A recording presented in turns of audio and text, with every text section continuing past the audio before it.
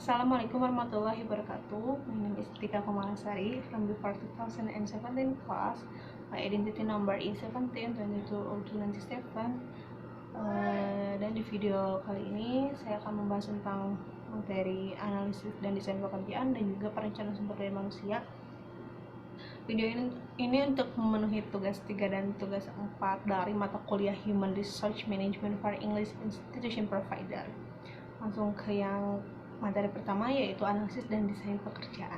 Analisis pekerjaan merupakan bagian dari perencanaan sumber daya manusia. Menurut Flippo tahun 1994, analisis pekerjaan adalah proses mempelajari dan mengumpulkan informasi yang berhubungan dengan operasi dan tanggung jawab suatu pekerjaan tertentu. Analisis pekerjaan dipakai untuk berbagai tujuan, baik itu sektor publik maupun sektor swasta, dengan beberapa tujuan sebagai berikut. Job description yang berisi informasi, pengidentifikasian pekerjaan, riwayat pekerjaan, kewajiban pekerjaan, dan pertanggungjawaban, spesifikasi pekerjaan atau informasi mengenai standar-standar pekerjaan. Lalu selanjutnya job classification, penyusunan pekerjaan ke dalam kelas-kelas, kelompok-kelompok atau jenis-jenis berdasarkan rencana sistematika tertentu. Lalu job evaluation, suatu prosedur pengklasifikasian pekerjaan berdasarkan kegunaan masing-masing di dalam organisasi dan dalam pasar tenaga kerja luar yang terkait. Job design and structuring meliputi usaha-usaha untuk mengalokasi dan merestrukturalisasikan kegiatan-kegiatan pekerjaan ke dalam berbagai kelompok. Personal requirement atau specification berupa penyusunan persyaratan-persyaratan atau spesifikasi-spesifikasi tertentu bagi suatu pekerjaan. Lalu selanjutnya performance appraisal. Tujuan penting daripada penilaian performansi ini adalah dengan maksud untuk mempengaruhi dari para pekerja melalui keputusan-keputusan administrasi seperti promosi, pemberhentian sementara, pemindahan, kenaikan gaji, memberi informasi kepada para pekerja tentang kemampuan-kemampuan dan kekurangan-kekurangan yang berkaitan dengan pekerjaannya masing-masing. Lalu selanjutnya worker training untuk tujuan-tujuan pelatihan, ada worker mobility untuk tujuan mobilitas pekerja. Efisiensi ini mencakup untuk penggabungan proses kerja yang optimal dan rancangan keamanan dari peralatan dan fasilitas fisik lainnya dengan referensi tertentu pada kegiatan-kegiatan kerja. Lalu selanjutnya safety, sama dengan efisiensi tapi perhatiannya lebih diarahkan kepada identifikasi dan peniadaan perilaku kerja yang tidak aman, kondisi-kondisi lingkungan yang tidak aman juga. Human resource planning ini meliputi kegiatan-kegiatan antisipatif dan reaktif melalui suatu organisasi untuk memastikan organisasi tersebut memiliki dan akan terus memiliki jumlah dan macam orang pada tempat yang tepat, waktu yang tepat, dan yang lainnya. Yang terakhir ada legal atau quasi legal requirement, aturan-aturan dan ketentuan-ketentuan lainnya yang berkaitan dengan organisasi. Lalu masuk ke dalam desain pekerjaan. Desain pekerjaan adalah proses penentuan tugas-tugas yang akan dilaksanakan, metode-metode yang digunakan untuk melaksanakan tugas-tugas ini, dan bagaimana pekerjaan tersebut berkaitan dengan pekerjaan lainnya dalam organisasi. Elemen desain pekerjaan itu meliputi yang pertama elemen organisasional. Elemen organisasi pada desain pekerjaan bersangkutan dengan efisiensi, yaitu akan mendorong karyawan yang mampu dan termotivasi untuk mencapai keluaran yang maksimal. Lalu di dalam elemen organisasi itu ada 3. Yang pertama pendekatan mekanistik, yang kedua aliran kerja, dan yang ketiga praktek-praktek kerja.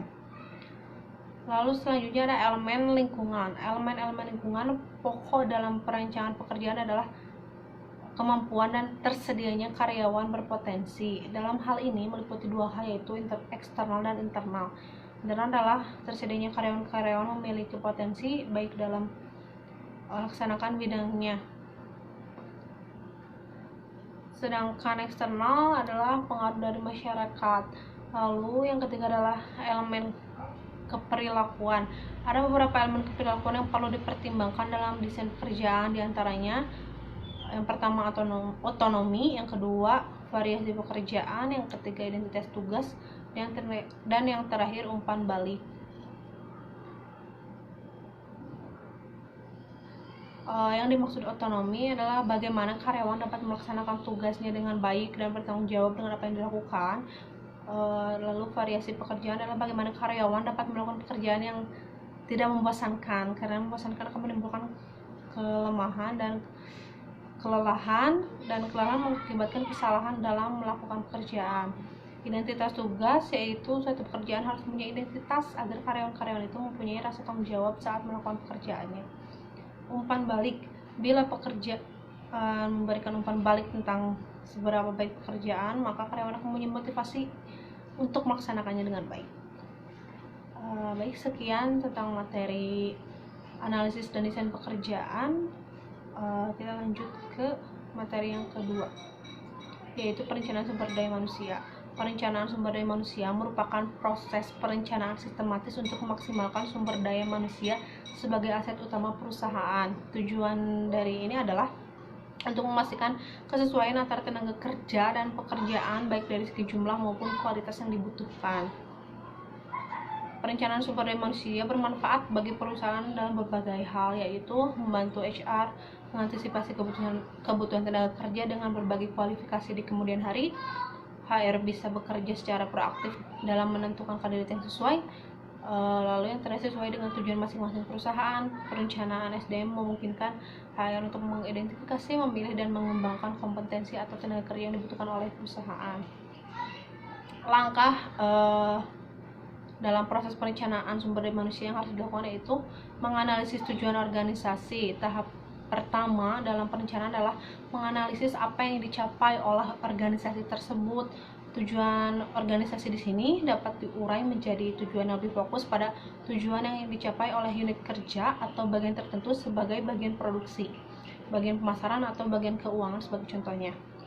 Lalu yang kedua ada tahapnya yaitu melakukan inventarisasi sumber daya manusia saat ini, yaitu setelah mengetahui pekerjaan yang tersedia melalui analisis tujuan organisasi. Tahap selanjutnya adalah mengetahui informasi-informasi tentang sumber daya manusia yang tersedia saat ini, mulai dari jumlah tenaga kerja, kapasitas dan kemampuan mereka, latar belakangnya apa, pendidikannya bagaimana, kinerja, hingga potensi-potensi mereka. Inventarisasi SDM ini tidak hanya pada SDM yang ada pada internal organisasi saja, tetapi juga harus mempertimbangkan SDM yang bersumber dari eksternal seperti kandidat-kandidat yang dapat direkrut sebagai karyawan. Lalu langkah selanjutnya yaitu perkiraan permintaan dan pasokan sumber daya manusia. Setelah memiliki inventaris sumber daya manusia yang lengkap, tahap selanjutnya yaitu memperkirakan permintaan dan pasokan sumber daya manusia. Organisasi atau perusahaan akan mempertimbangkan apakah perlu adanya penambahan tenaga kerja atau perlu meningkatkan produktivitas dan kemampuan karyawan yang saat ini sudah ada. Dan langkah yang keempat yaitu memperkirakan kesenjangan sumber daya manusia. Perbandingan antara permintaan dan pasokan sumber daya manusia ini akan menghasilkan kelebihan atau kekurangan terhadap SDM yang diperlukan. Apabila terjadi kekurangan SDM, maka yang harus dilakukan adalah melakukan penambahan dengan cara merekrut karyawan baru atau meningkatkan produktivitas dari kinerja dan menggunakan karyawan yang tersedia pada saat ini. Namun, apabila terjadi kelebihan SDM, maka organisasi atau perusahaan harus melakukan pemutusan hubungan kerja atau PHK terhadap karyawannya. Yang langkah kelima yaitu merumuskan rencana tindakan sumber daya manusia. Rencana tindakan SDM ini tergantung pada hasil perkiraan kesenjangan SDM, kelebihan ataupun kekurangan dalam organisasi tersebut, merumuskan untuk rencana tindakan selanjutnya terhadap sumber daya manusia. Dan langkah yang terakhir adalah pemantauan, pengendalian, dan umpan balik. Setelah menerapkan rencana tindakan SDM, inventaris atau persediaan SDM harus diperbaharui selama periode tertentu. Itu untuk materi kedua. Cukup sekian video kali ini. Terima kasih atas perhatiannya. Wassalamualaikum warahmatullahi wabarakatuh.